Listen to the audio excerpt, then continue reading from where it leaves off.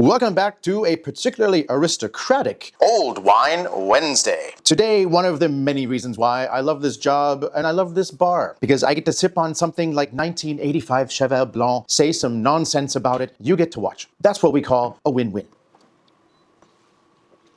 Lord in heaven. There's a reason why, in an ocean of overhyped drivel, there's a reason why some wines are iconic, for good reason. And one of those is undoubtedly Cheval-Blanc. The myth, the wonder, the unicorn. I know you always hear about it, but how often do you actually drink it? Not often. I know. But you know what? You should. It's one of the most unique wines of Bordeaux, not only because of its cuvée, which is almost always more Cabernet Franc than anything else. What? I know, we're not on the Loire here, guys, but the terroir sitting right on the border, basically, of Pomerol. I mean, for me, it's a dream. I'm a Pomerol freak. I also love Saint-Émilion, so this is like the best of both worlds.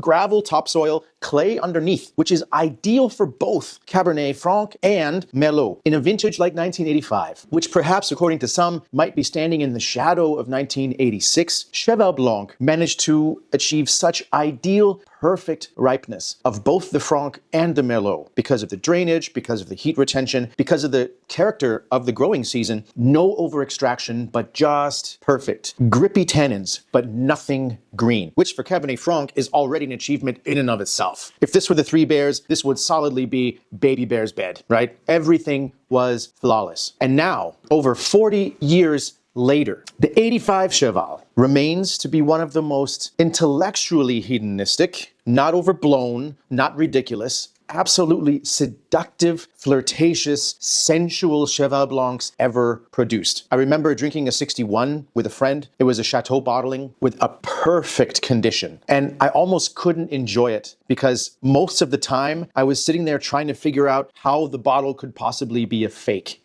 It was unimaginably useful. Dark, rich, chocolatey, powerful, silky. I mean, if you haven't had a Cheval Blanc and you're wondering what all the fuss is about and why this wine is never bandied about like other big names just to show off, such as maybe a Latour or a Lafite. And hey, I love Latour. We'll never take a Latour out of bed, that's for sure. But it's more of a connoisseur wine. It's savory, it's intellectual, it's deep, it's different. And once you get one taste of these, especially from a vintage like this, back when they were making the wines a little bit leaner, more filigreed, a little more fine, and not quite as dense and broad-shouldered and extracted as they are now, you will understand 100% why this wine has such a reputation. Sweet, sassy Mo Lassie, that is a glass of wine. See you next week on Old Wine Wednesday.